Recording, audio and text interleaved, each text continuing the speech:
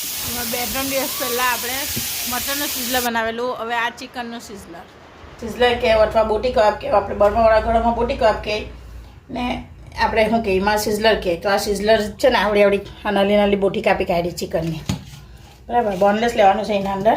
એના અંદર છે ને આપણે મોરી નાખવું 1/2 ચમચી જેટલા, જીરું 1/2 ચમચી, મીઠું માપસર નાખવાનું. એમાં બહુ મસાલો નહીં આવે, લાઇટ આવે. થોડુંક લસણ નાખ્યું ને આદું લસણ 1 ચમચી જેટલું. હવે એને આપણે મરચું નાખી દેવું 1 ચમચી જેટલું. જો 1 ચમચી જેટલું મરચું છે. ફૂફુ 1 ક્યુબ કરેલા ને જોયેલા ને તમે લોકો વિડીયોમાં, તો 1 ક્યુબ નાખી દેવું આપણે. હા, લીંબુ આપણે નીચવી કાઢો.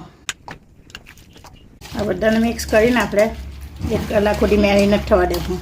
આદું લસણ ચોપ કરેલું છે 2 ચમચી જેટલું. તો પહેલાં આપણે કઢાઈમાં તેલ નાખવું.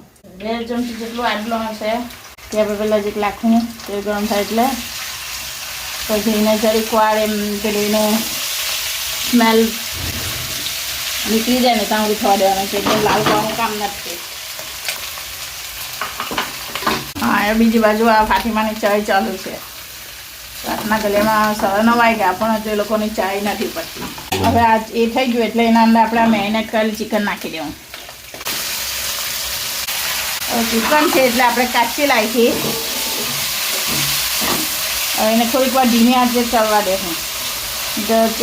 મટન હોય તો આપણે બાફવું પડે, બોઇલ કરવું પડે.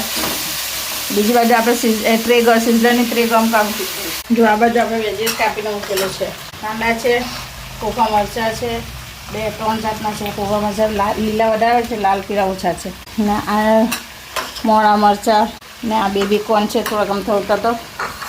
ને આ મશરૂમ છે ને, મશરૂમ ફોઝા પેલા ને તો કાળા થઈ ગયા છે ને. બધા પહેલાં આપણે એના અંદર કાંદા નાખી દઈએ.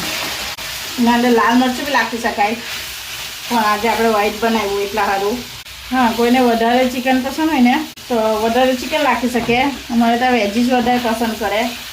બચ્ચાઓ બી એ બધું વેજીસ રાઈસ સાથે ખાઈ લે એટલા સારું વધારે રાખીએ અમે થોડું. તો એના અંદર આપણે ફૂફા મરચાં રાખી દઈએ, લાંબા મરચાં બી નાખી દઈએ, બેબી કોર્ન બી નાખી દઈએ. આપણે બધું એક ખાતે બરાબર થઈ જાય ને બધું કુરુમ બી રહે. ફૂલ ગેસ પર થવા દેવાનું છે, બહુ ધીમા ગેસ પર નહીં. એના અંદર આપણે વેજીસના બદલું ચિકનમાં તો ચિકનના બદલું નાખેલું તો વેજીસના બદલું મીઠું નાખીએ આપણે.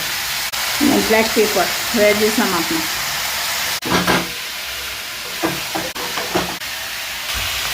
વેજીસનું પાણી બળી ગયું. હવે આપણે ટામેટા છેલ્લું નાખવાનું કેમ કે ટામેટાના અંદર પાણી વધારે છે.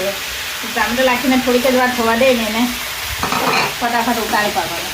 બહુ બધી વાર થવા નહીં દેવાનું ને તો ટામેટાનું પાણી બહુ બધું છૂટી જાય તો પછી રસા જેવું થઈ જાય, ગ્રેવી બની જાય.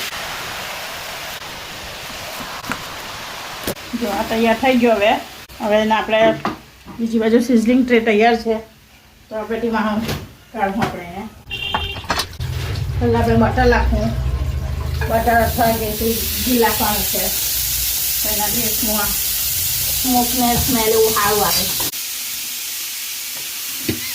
હવે લીલા કાંદા નાખવા આપણે. લીલા કાંદા ફૂડીનો દીધીને સર્વ કરી દેવું. ચાલો, તૈયાર છે સિઝલિંગ.